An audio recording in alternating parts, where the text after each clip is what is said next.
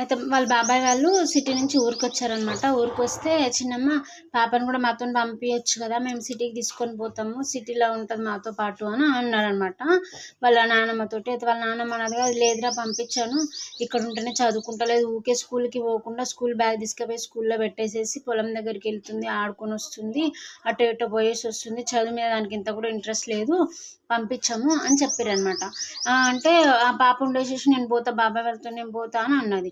అంటే వాళ్ళ బాబాయ్ వెళ్తుని పోతా అంటే వాళ్ళ నాన్న ముందు వద్దమ్మా, మీ నాన్నకి తెలియకుండా పంపి, నాన్న వాళ్ళ డాడీకి చెప్పకుండా పంపియని లేరా, వాళ్ళ డాడీ వచ్చినప్పుడు తీసుకొని పోదులే, వాళ్ళ డాడీ ఒకళ్ళు తీసుకుపోమంటే వాళ్ళ నాన్న తీసుకుపోమంటే పోదులే, తీసుకుపోదులే అని చెప్పేసి వాళ్ళ బాబాయ్కి చెప్పింది అనమాట వాళ్ళ నాన్నమ్మ.